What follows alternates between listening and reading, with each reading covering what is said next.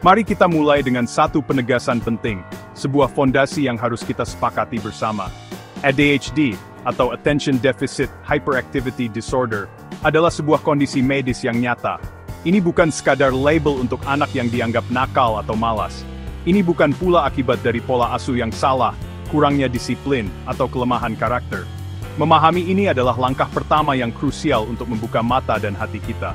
Terlalu lama masyarakat kita terjebak dalam stigma, melontarkan penilaian yang tidak hanya keliru, tetapi juga menyakitkan bagi individu yang berjuang dengan kondisi ini setiap harinya, serta bagi keluarga yang mendampingi mereka dalam sunyi.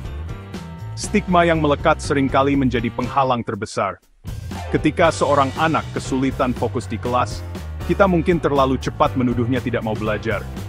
Saat seorang dewasa sering kehilangan barang atau lupa janji, kita mudah menghakiminya sebagai orang yang ceroboh atau tidak peduli. Padahal di balik semua itu, ada perjuangan neurologis yang tidak terlihat oleh mata telanjang. Otak mereka bekerja dengan cara yang berbeda. Jalur-jalur komunikasi di dalam otaknya, terutama yang mengatur fungsi eksekutif seperti perhatian, kontrol impuls, dan perencanaan, berkembang dan berfungsi secara unik. Menyederhanakan gejalanya sebagai masalah perilaku semata adalah sebuah ketidakadilan. Bayangkan Anda mencoba mendengarkan satu siaran radio, tetapi pada saat yang sama ada puluhan stasiun lain yang menyala dengan volume penuh di kepala Anda. Begitulah kira-kira gambaran yang sering dideskripsikan oleh mereka yang hidup dengan ADHD. Ini bukan soal kurangnya kemauan untuk fokus, tetapi soal ketidakmampuan untuk menyaring kebisingan internal dan eksternal yang terus-menerus datang.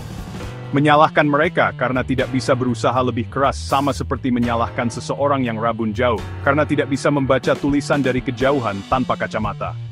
Ini adalah kondisi biologis, bukan pilihan. Maka sudah saatnya kita menggeser narasi.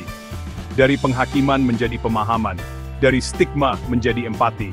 Mengakui bahwa ADHD adalah kondisi neurobiologis yang valid, adalah pintu gerbang untuk memberikan dukungan yang tepat, membuka akses terhadap diagnosis yang akurat, dan menciptakan lingkungan yang memungkinkan setiap individu, baik anak-anak maupun dewasa, untuk bertumbuh dan mencapai potensi penuh mereka. Ini bukan tentang mencari-cari alasan, melainkan tentang mencari solusi yang berlandaskan ilmu pengetahuan dan welas asih. Perjalanan kita memahami ADHD dimulai dari sini, dari titik nol penerimaan. Untuk memahami ADHD secara lebih mendalam, kita perlu merujuk pada panduan yang diakui secara global oleh para profesional kesehatan mental. Panduan ini adalah Diagnostic and Statistical Manual of Mental Disorders, atau yang lebih dikenal sebagai DSM-5. Buku ini tidak hanya memberikan nama pada sebuah kondisi, tetapi juga menjabarkan serangkaian kriteria yang jelas dan terukur untuk menegakkan diagnosis. Menurut DSM-5, ADHD adalah gangguan perkembangan saraf yang ditandai oleh pola persisten dari kurangnya perhatian, atau inatensi, dan atau hiperaktivitas impulsivitas, yang mengganggu fungsi atau perkembangan individu. Ini adalah definisi klinis yang menjadi pegangan di seluruh dunia. Kriteria diagnosis dalam DSM-5 sangatlah spesifik dan dirancang untuk menghindari diagnosis yang gegabah. Seorang individu harus menunjukkan setidaknya 6 gejala atau 5 untuk usia 17 tahun ke atas, dari kategori inatensi atau hiperaktivitas impulsivitas. Gejala-gejala ini harus sudah muncul sebelum usia 12 tahun. Berlangsung setidaknya selama 6 bulan, dan terlihat di 2 atau lebih lingkungan yang berbeda, misalnya di rumah dan di sekolah, atau di rumah dan di tempat kerja. Persyaratan ini penting untuk memastikan bahwa gejala yang muncul bukanlah respons sesaat terhadap situasi tertentu, melainkan pola perilaku yang konsisten dan mengakar. Proses diagnosis tidak berhenti hanya pada mencentang daftar gejala. Seorang profesional, seperti psikolog atau psikiater, akan melakukan evaluasi komprehensif. Ini bisa melibatkan wawancara mendalam dengan individu yang bersangkutan, serta dengan orang tua, guru, atau pasangan. Mereka mungkin juga menggunakan kuesioner terstandar dan melakukan observasi perilaku. Tujuannya adalah untuk mengumpulkan informasi sebanyak mungkin dari berbagai sudut pandang. Ini juga penting untuk menyingkirkan kemungkinan adanya kondisi lain yang gejalanya mirip dengan ADHD, seperti gangguan kecemasan, depresi, atau masalah belajar spesifik. Penting untuk dicatat bahwa diagnosis ADHD bukanlah sebuah label yang membatasi, melainkan sebuah kunci yang membuka pintu pemahaman. Mendapatkan diagnosis yang tepat adalah langkah awal yang sangat krusial. Ini memberikan penjelasan atas kesulitan yang selama ini mungkin tidak dipahami, baik oleh individu itu sendiri maupun orang-orang di sekitarnya. Diagnosis memberikan nama pada sebuah perjuangan, dan dengan nama itu, datanglah akses ke strategi, terapi, dan dukungan yang dirancang khusus untuk membantu mengelola tantangan tersebut. Ini adalah titik balik dari kebingungan menuju kejelasan, dari frustrasi menuju pemberdayaan. ADHD seringkali dibayangkan sebagai sosok anak laki-laki yang tidak bisa diam, terus berlari dan memanjat.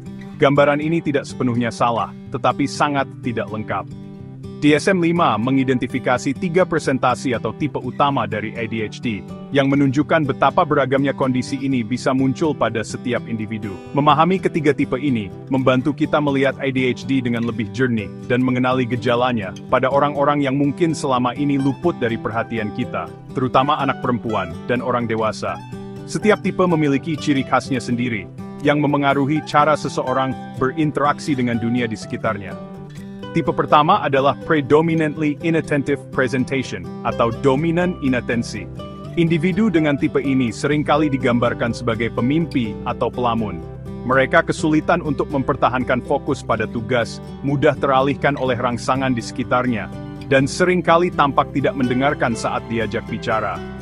Mereka juga kerap kehilangan barang-barang penting, lupa pada janji atau tenggat waktu, dan kesulitan dalam mengorganisir tugas dan aktivitas.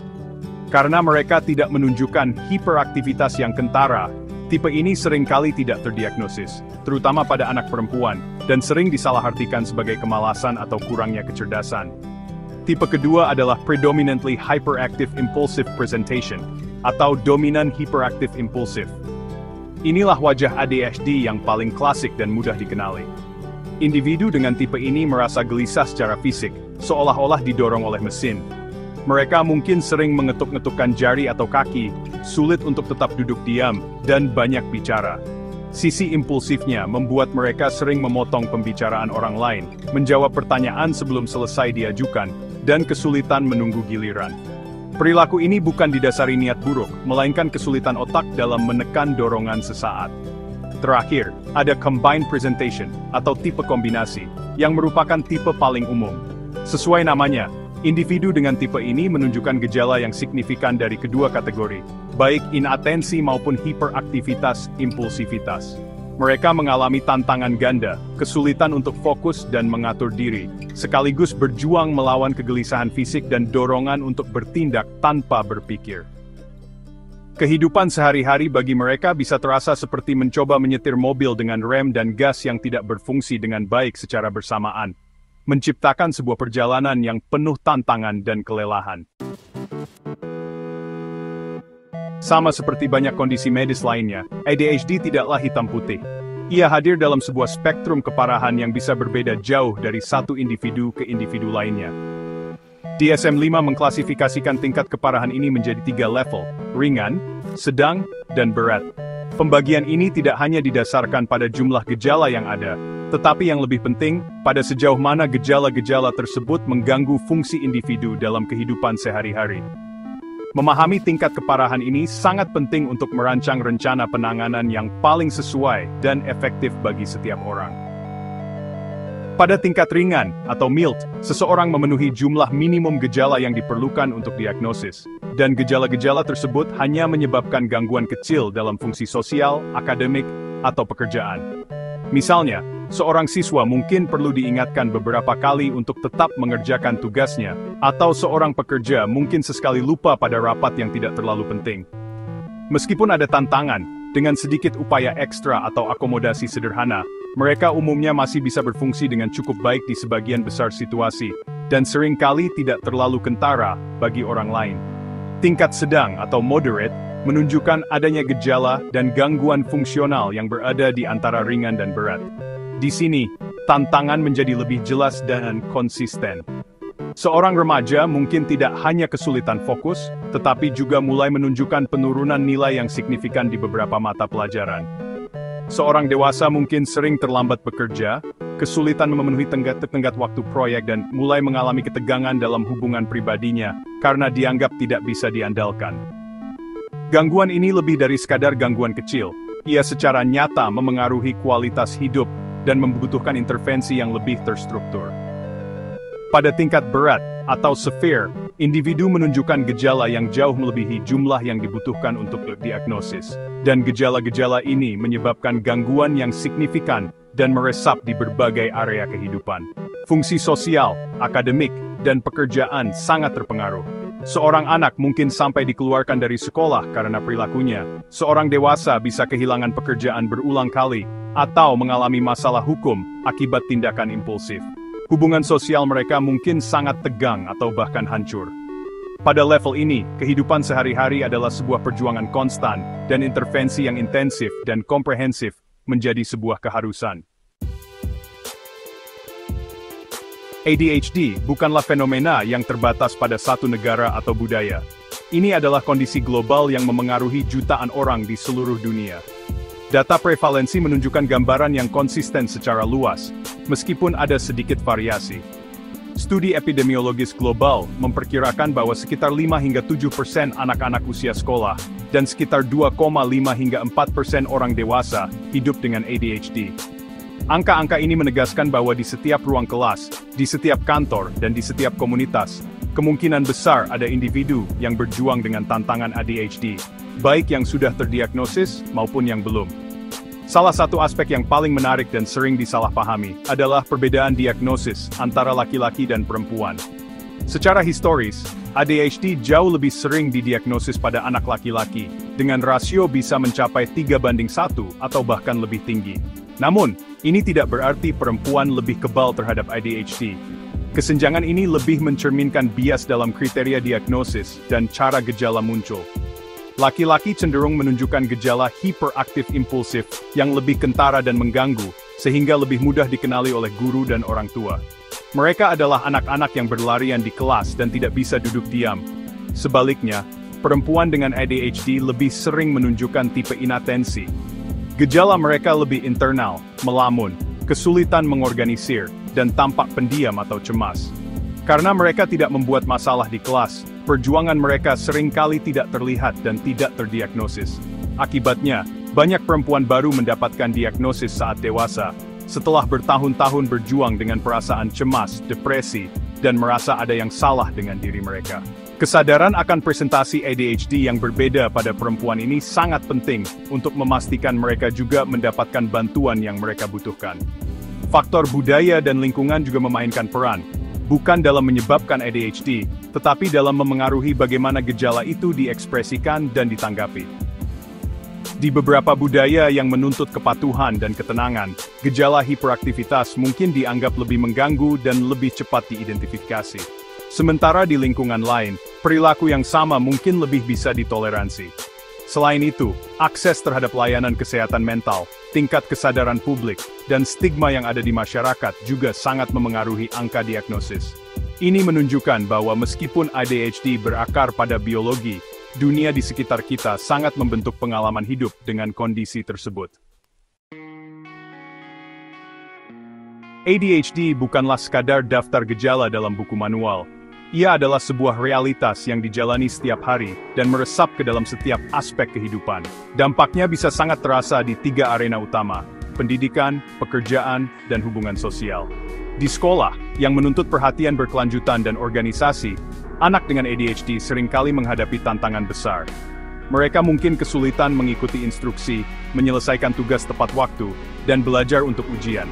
Ini bukan karena mereka tidak cerdas. Banyak dari mereka memiliki IQ rata-rata atau di atas rata-rata. Masalahnya terletak pada fungsi eksekutif yang membuat proses belajar menjadi sangat sulit. Contoh nyata bisa kita lihat pada seorang siswa SMA bernama Budi. Budi sangat cerdas dan kreatif dalam diskusi kelas, tetapi nilainya terus merosot. Ia sering lupa mengerjakan PR, dan saat ujian, ia kesulitan mengatur waktu sehingga tidak sempat menyelesaikan semua soal. Gurunya menganggapnya malas, padahal Budi menghabiskan waktu berjam-jam di meja belajar, mencoba untuk fokus, tetapi pikirannya terus melompat ke hal lain. Frustrasi ini kemudian bisa berkembang menjadi rendah diri dan kebencian terhadap sekolah, sebuah siklus negatif yang bisa berdampak jangka panjang jika tidak diputus dengan pemahaman dan dukungan yang tepat. Saat memasuki dunia kerja, tantangan ini bertransformasi. Kesulitan dalam manajemen waktu, menepati tenggat waktu, dan mengorganisir proyek bisa menjadi penghalang serius dalam karier. Seorang karyawan dengan ADHD mungkin memiliki banyak ide brilian, tetapi kesulitan dalam mengeksekusinya secara konsisten. Mereka bisa dianggap tidak bisa diandalkan atau tidak profesional. Namun, di sisi lain, beberapa ciri ADHD, seperti kreativitas, kemampuan berpikir out of the box, dan energi tinggi, bisa menjadi aset besar dalam pekerjaan yang tepat, seperti di bidang kreatif, kewirausahaan, atau pekerjaan yang dinamis dan tidak monoton. Dampak ADHD juga sangat terasa dalam hubungan sosial dan kesehatan mental. Kesulitan mendengarkan, sering memotong pembicaraan, dan kelupaan pada hal-hal penting, bisa membuat teman atau pasangan merasa tidak dihargai. Ini bisa menyebabkan isolasi sosial dan konflik interpersonal. Secara internal, perjuangan terus-menerus dan kritik dari lingkungan sekitar dapat memicu kondisi lain seperti gangguan kecemasan dan depresi. Rasa frustrasi karena tidak mampu memenuhi ekspektasi diri sendiri dan orang lain dapat menggerogoti kepercayaan diri, menciptakan beban emosional yang berat untuk dipikul sendirian. Salah satu ciri inti dari ADHD, terutama pada tipe hiperaktif impulsif dan kombinasi, adalah impulsivitas. Impulsivitas adalah kecenderungan untuk bertindak secara tiba-tiba berdasarkan dorongan sesaat, tanpa mempertimbangkan konsekuensi jangka panjangnya. Meskipun terkadang bisa memicu kreativitas dan spontanitas yang positif, impulsivitas yang tidak terkelola juga membawa serangkaian risiko yang signifikan. Risiko-risiko ini seringkali tersembunyi di balik gejala yang lebih terlihat seperti kesulitan fokus. Namun, dampaknya bisa sangat merusak dan mengubah jalan hidup seseorang jika tidak ditangani dengan serius. Dalam kehidupan sehari-hari, impulsivitas dapat bermanifestasi dalam bentuk perilaku berbahaya yang tidak disengaja. Remaja atau dewasa muda dengan ADHD memiliki risiko lebih tinggi mengalami kecelakaan lalu lintas karena mereka mungkin lebih mudah teralihkan perhatiannya saat mengemudi atau membuat keputusan sepersekian detik yang gegabah. Mereka juga lebih rentan terhadap cedera fisik akibat aktivitas berisiko tinggi yang dilakukan tanpa perhitungan matang. Ini bukan karena mereka mencari bahaya, melainkan karena rem di otak mereka tidak berfungsi secepat dorongan untuk gas. Risiko juga meluas ke area keuangan. Impulsivitas dapat menyebabkan pengeluaran yang tidak terkendali, pembelian barang-barang yang tidak dibutuhkan secara mendadak, atau investasi yang gegabah. Hal ini bisa menjerumuskan individu ke dalam lilitan utang dan masalah finansial yang kronis. Kesulitan dalam menunda kepuasan membuat menabung untuk masa depan menjadi tantangan yang luar biasa. Perencanaan keuangan jangka panjang seringkali kalah oleh godaan kesenangan jangka pendek, menciptakan siklus ketidakstabilan finansial yang sulit untuk dipatahkan tanpa strategi pengelolaan yang spesifik. Lebih jauh lagi, impulsivitas meningkatkan kerentanan terhadap penyalahgunaan zat. Individu dengan ADHD mungkin lebih cenderung mencoba rokok, alkohol, atau narkoba pada usia lebih dini. Mereka mungkin menggunakan zat tersebut sebagai cara untuk menenangkan pikiran yang kacau, atau sekadar karena dorongan sesaat dan tekanan teman sebaya. Hubungan interpersonal pun bisa berisiko. Impulsivitas dapat menyebabkan seseorang terburu-buru masuk atau keluar dari sebuah hubungan, atau mengatakan hal-hal yang menyakitkan di tengah emosi tanpa berpikir, yang kemudian disesali. Memahami risiko-risiko ini adalah langkah penting untuk membangun perlindungan dan strategi pencegahan.